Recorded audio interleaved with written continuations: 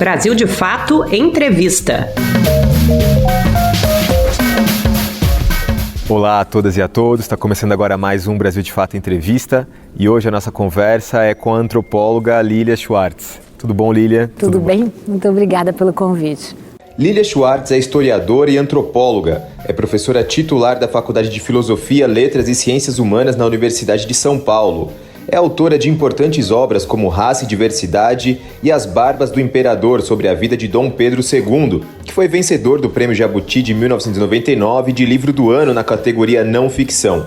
Obrigado por receber a gente aqui no Museu Nacional, nesse momento tão emblemático para o Brasil, para Brasília, para as artes, né?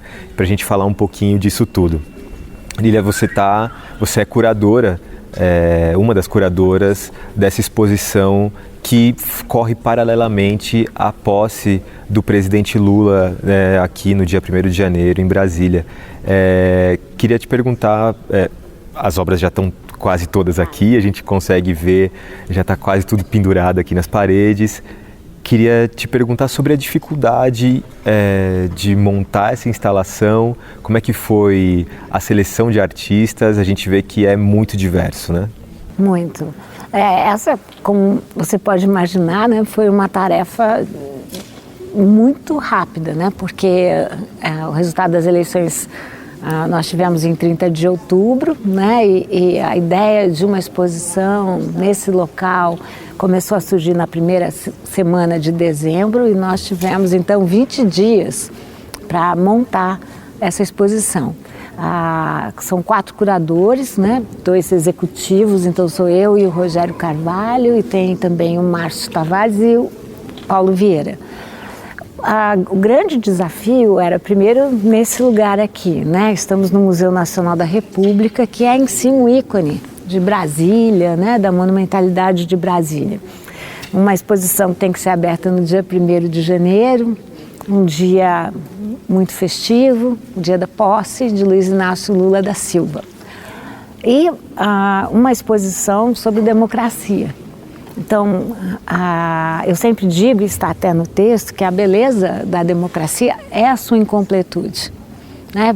Beleza porque nessa ideia do inacabamento está uma ideia muito potente, né? Porque você pode sempre vir a acabar. E está também o desafio, porque nós sabemos que a sociedade civil produz e trabalha com um catálogo de direitos. Então, a beleza da democracia está nisso, de lidar com esse catálogo diverso e plural de direitos. E, por outro lado, a democracia também, a gente vê, não só no Brasil como no mundo, ela não é acabada, pronta e garantida. Ela está sempre correndo riscos e tem que ser muito bem cuidada, né? Correndo riscos tremendos, né? Nós sabemos que muitas vezes, quando a democracia vivia um momento muito, muito forte, que parecia muito estabilizada, como foi Weimar, logo depois veio o nazismo, né? Para ficarmos com um exemplo historicamente mais acabado. E nós também vimos pelo mundo afora, como desde 2016, com o processo recessivo de 2016, começaram a aparecer, tomar forma e força, uma série de governos retrógrados, né? Eu chamo a atenção de extrema direita, porque na democracia é muito boa a diferença. Mas estamos falando aqui de conservadores, pessoas mais liberais, mas que respeitam a Constituição. E aqui nós nos referimos a governos que não têm nenhum respeito à democracia, à república, à cidadania e à Constituição. É ao contrário, que sequestram esses símbolos, né? Sequestram símbolos, sequestram valores, né? Quando na verdade praticam o oposto. Então acho que a democracia é um tema muito importante para esse momento que nós vivemos, e pensar a democracia num país tão plural como o Brasil e tão diverso como o Brasil. E esse era um desafio agora da exposição. Como é que nós podíamos montar uma exposição, por exemplo, apenas com artistas brancos importantíssimos, mas que não poderiam constar como a representação dessa diversidade brasileira. Então nós tivemos que recorrer a acervos privados, a coleção privadas, a galerias que nos ajudaram muito, aos artistas, para que nós pudéssemos ter uma amostra como essa, né? Que é uma amostra que tem grande presença de mulheres, Estamos na frente, né, da obra da Dayara, por exemplo, né, da Dayara Tucano, grande presença indígena e grande presença de artistas negros e negras e também de artistas da comunidade LGBTQIA+. Então, nós sempre partimos da premissa, desde o início, que nós só poderíamos fazer uma exposição se ela fosse dessa maneira democrática, né? Ou seja, que ela desse uma amostragem maior. E como é que foi buscar esses artistas? Você falou um pouquinho sobre... daria para fazer uma mostra só com artistas brancos, só com isso, só com aquilo. Mas vocês buscaram fazer essa de maneira mais diversa possível. Qual foi o critério para encontrar esses artistas, para encontrar essas pessoas e compor esse catálogo? Bom, pelo apressado da hora, a gente tinha que lidar um pouco com os artistas que nós conhecíamos e com os artistas que as galerias foram também nos apresentando. Nós dividimos a exposição em 3 núcleos, né? Primeiro é retomar os símbolos, porque eu acredito que nesses 4 anos de governo Jair Bolsonaro nós tivemos uma série de símbolos sequestrados, sobretudo a nossa bandeira. Então, nesse núcleo, retomar os símbolos, a bandeira aparece vertebrada nas mais diferentes interpretações, né? Sempre a bandeira brasileira, sempre a emoção da bandeira brasileira, mas essa possibilidade de falar de uma narrativa que não seja tão masculina, tão europeia, tão colonial, né? Ou seja, e nesse núcleo isso é muito claro. Depois um segundo núcleo que se chama Descolonizar, né, em que nós trazemos outras interpretações da nacionalidade brasileira. Nós sabemos que o Brasil foi o último país a abolir a escravidão mercantil. Eu me refiro a mercantil porque ainda existem formas de escravidão, infelizmente. Não só isso, o Brasil recebeu mais da metade das pessoas africanas que foram obrigadas a sair de vários países e de um continente e que entraram aqui como escravizados e escravizadas. Não contentes com isso, nós tivemos escravizados e escravizadas no território inteiro. E com isso nós naturalizamos essa ideia da desigualdade. E também, historiadora que eu sou, eu penso que nós temos um problema muito forte, que é o direito à memória. Na história que nós construímos, há um tipo de memória que deve ser lembrada. Da imigração, uma história, claro, da importância da família imperial. Não nego, eu acho que história, nesse caso, é projeto de soma e não de diminuição. Mas isso veio detrimentando e silenciando outras histórias, igualmente importantes, outras ancestralidades. Então, esse é um país que tem que discutir o direito à memória. Esse é um país que tem que falar das memórias negras, das memórias indígenas, das memórias das mulheres também, não é? E acho que essa é uma agenda forte e que aparece nessa exposição, a partir da potência dos artistas visuais. A gente conversava aqui um pouco antes de a gente começar essa entrevista sobre o rito, e você falou que era muito ligada aos ritos e tudo mais. E o rito da posse, ele a gente conversava aqui há poucos, um rito da ditadura militar. E queria que você falasse um pouquinho se é possível quebrar isso, assim, se esse 1º de janeiro também é uma forma de marcar uma mudança drástica em como a gente levou e carregou o peso da ditadura por anos e anos, mesmo durante o período democrático mais estável do país, nos últimos 30 anos, na Nova República. Eu gosto muito de um historiador que usa uma expressão que se chama a invenção da tradição. É muito impressionante, né, como historiador, quando a gente vê que vários cerimoniais, vários eventos, com o tempo se transformam em verdades, em realidades, realidades factuais, mas realidades constitucionais, quando não são. Nós tivemos um período longo da ditadura militar, período esse que foi seguido por uma espécie de pacto de silenciamento, né, que o nome mais elegante é a anistia, né, digamos assim. Eu penso que isso faz muito mal aos brasileiros, né, porque nós silenciamos sobre pessoas, sobre brasileiros, brasileiras que foram mortos, torturados, assassinados, que sumiram, né? E acho que não faz bem para uma nação você decretar o esquecimento.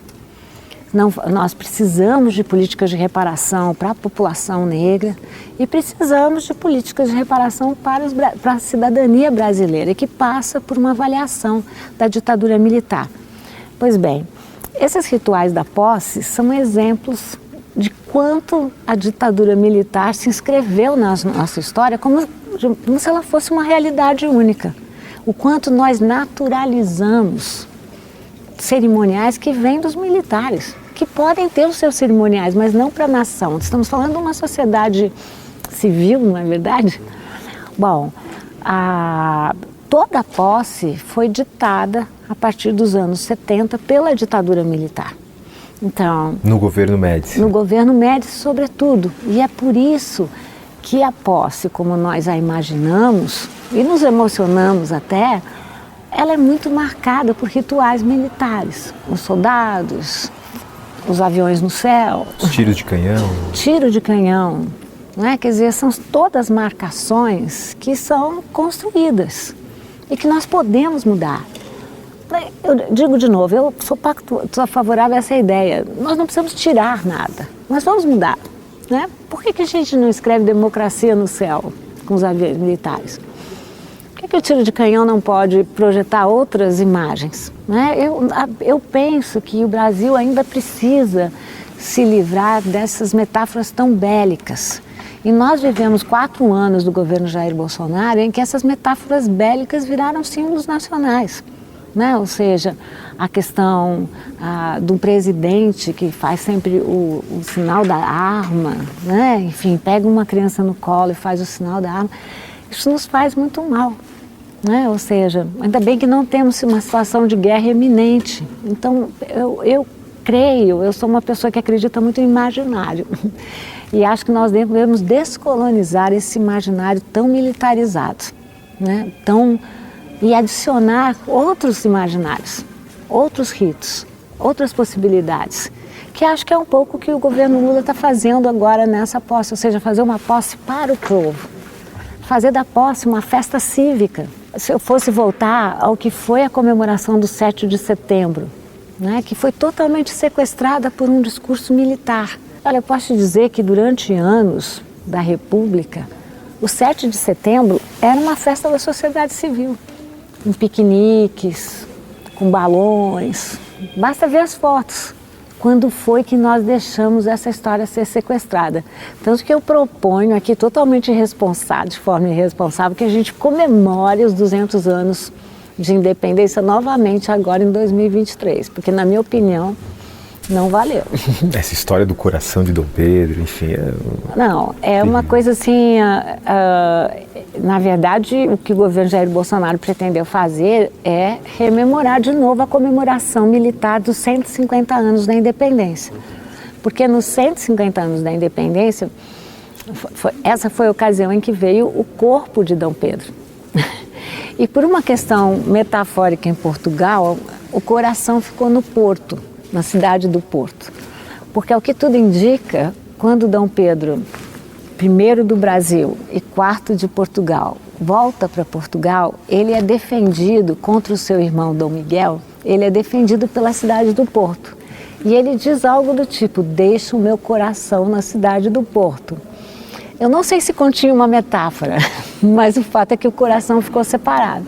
E agora o que veio? Veio o coração mantido, né, da maneira que é mantido e tudo guardado num cofre. Ele veio e foi recebido com honras militares. Ou seja, faz sentido, né?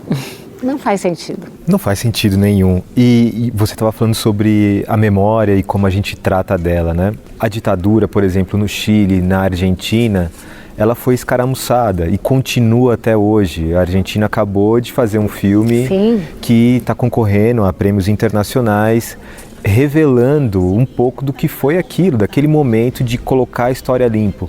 E a gente aqui em nenhum momento fez isso, né? Então esse fantasma da ditadura continua, o fantasma militar continua aparecendo aqui.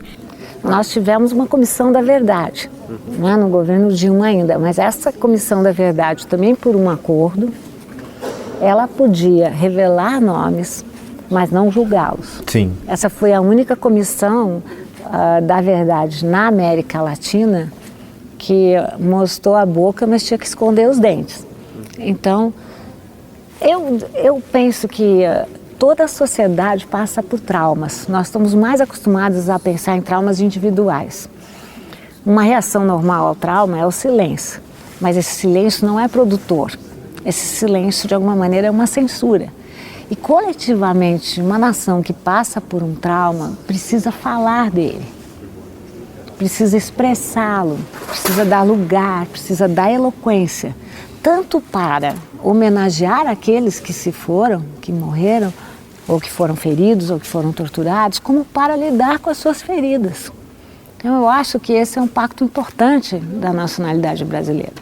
E agora a gente vive outro momento que foi muito traumático para muita gente, né? Se não atingiu a totalidade dos brasileiros, mas a gente tem pelo menos 700 mil pessoas que morreram de Covid e por ações que poderiam ter sido muito evitadas, né? De alguma maneira a gente tem que reescrever e rememorar e entender o que foram esses últimos 4 anos para que eles não se repitam novamente?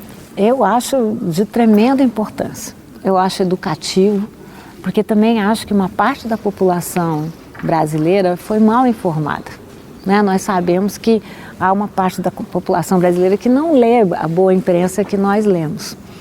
Então, como fazê-lo? Educando, né? A beleza da democracia é lidar com a diferença. Eu sempre penso que a temperatura da democracia funciona melhor na diferença.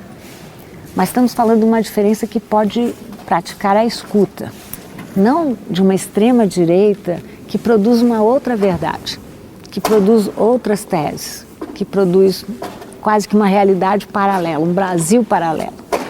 Então, eu acho que o trabalho educativo nas mais diferentes áreas que esse governo que se inaugura agora terá pela frente, é um trabalho da maior importância e é um trabalho que tem que repactuar a cidadania brasileira, né? Eu acho que nós passamos pelo trauma da Covid-19, trauma que não deve ser colocado no passado, né? Há muitas pessoas que ainda estão sofrendo tanto das consequências desconhecidas da doença, como sofrendo por problemas, né? Quantos filhos não perderam os pais e se sentem responsáveis por isso, né? Não perderam seus avós, não perderam sua família, seus filhos, também pais que perderam filhos.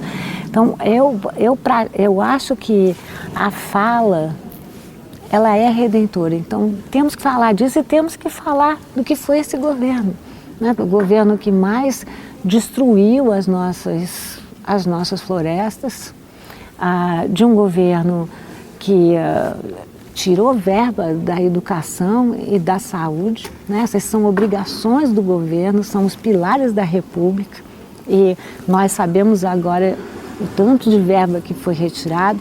Um governo que praticou a censura contra as populações negras, contra as populações LGBTQIA+, que censurou muitos artistas, né? O fato de estarmos numa exposição de arte tem a maior importância, porque os artistas foram muito censurados, foram muito prejudicados. Um governo que fez uma guerra cultural e tirou, né, acabou com o Ministério da Cultura e tirou verbas da cultura. Enfim, eu poderia ficar listando aqui, né?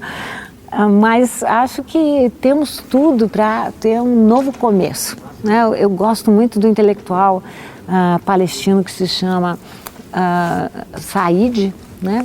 E ele chama a atenção, tem um livro sobre isso que ele chama, que o nome ele chama Edward Said e o livro se chama Beginnings, Começos. E ele chama a atenção como o processo, a verdadeira trajetória é delineada pelos começos. E ele usa o gerúndio também, que aqui não dá tanto certo, né? Mas enfim, é essa ideia do estamos começando, né? O Ayrton Krenak usa muito gerúndio, né? Estamos chegando, estamos começando, e é nesse processo que a gente vai encontrar sentido. Você tem dito e usado muito as redes sociais, né? E tem falado sobre, né, a potência das redes sociais. Nesses últimos 4 anos, as redes sociais, inclusive, foram, e obviamente isso não só no Brasil, em todo o mundo, as redes sociais foram um lugar que despejou desinformação, que as pessoas não souberam lidar ainda muito bem, né, com essa nova ferramenta. Enfim, queria que você falasse um pouquinho da tua relação com as redes sociais.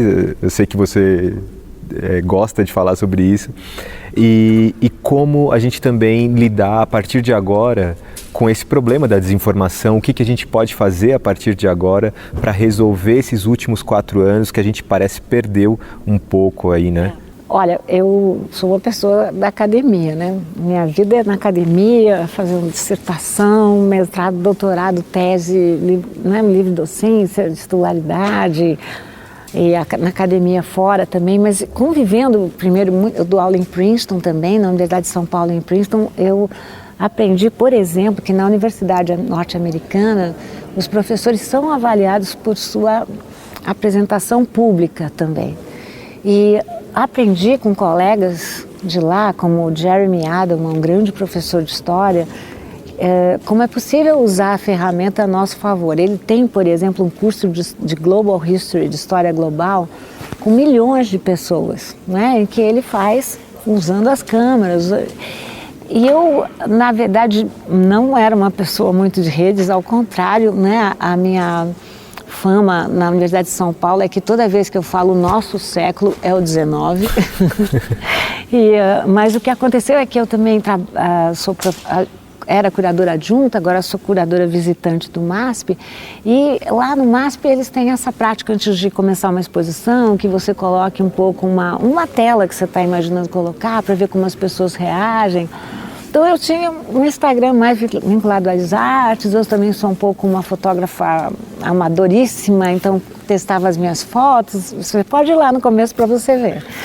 E aí, quando começaram a ser nomeados os ministros no governo Jair Bolsonaro, o primeiro deles foi o nosso ministro astronauta. Não foi o primeiro, mas o primeiro que por chamou causa de ciência e tecnologia, né, que me chamou a atenção.